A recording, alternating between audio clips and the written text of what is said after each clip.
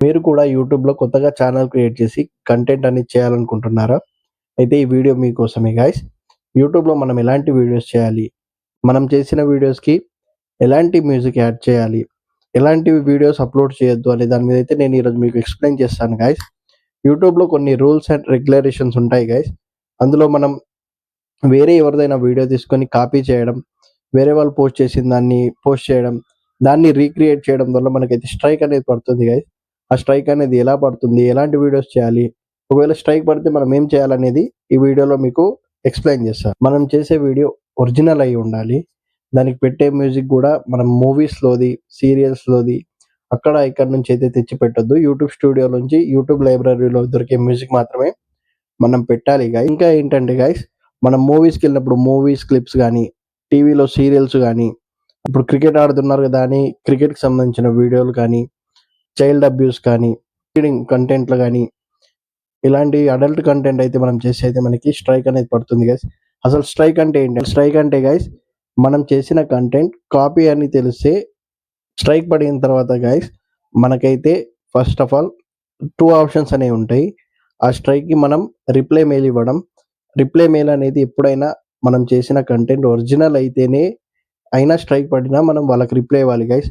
లేదు మనం కాపీ చేసి అయినా నేను రిప్లై ఇస్తాను అంటే మాత్రం మీ యూట్యూబ్ ఛానల్ పూర్తిగా పోతుంది. ఒకవేళ లేదు అవును నేను కాపీ చేశానని మీకు తెలిస్తే యూట్యూబ్ స్టూడియోలో యూట్యూబ్ స్కూల్ అయితే అటెండ్ అవ్వాల్సి ఉంటుంది గైస్.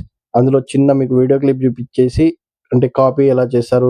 కాపీ చేస్తే యూట్యూబ్ ఏం చేస్తుంది అనే దాని మీద చిన్న యానిమేషన్ క్లిప్ చూపిస్తారు. దానికి సంబంధించిన ఒక 4-5 క్వెషన్స్ అడుగుతారు గైస్. అది సబ్మిట్ చేసిన తర్వాత మీకు స్ట్రైక్ ఎక్స్‌పైరీ టైమ్ అనేది స్టార్ట్ అవుతుంది. అప్పటినుంచి మీరు ఆ ఎగ్జామ్ అటెండ్ చేసినప్పటి నుంచి 90 డేస్ వరకైతే మీకు ఆ స్ట్రైక్ అలాగే ఉంటుంది గైస్. మీరు ఆ 90 డేస్‌లో మళ్ళీ ఏ విధమైన కాపీ కంటెంట్ చేయకపోతే మాత్రం అది రీసెట్ అయిపోయి మన స్ట్రైక్ అనేది 0 అవుతుంది. లేదు మీరు ఆ స్ట్రైక్ ఉన్నప్పుడు గూడా అలాగే కాపీ కంటెంట్ చేస్తే మీకు రెండో స్ట్రైక్ అనేది గూడా పడుతుంది గైస్. సో, స్ట్రైక్ పడిన తర్వాత ఎవరు కూడా కాపీ కంటెంట్ అయితే చేయొద్దు. 90 డేస్ వరకైతే. ఆ 90 డేస్ తర్వాత ఈ స్ట్రైక్ అనేది ఎళ్ళిపోయి మళ్ళీ మన యూట్యూబ్ అనేది రిఫ్రెష్‌గా 0 స్ట్రైక్స్‌తో ఉంటుంది గైస్.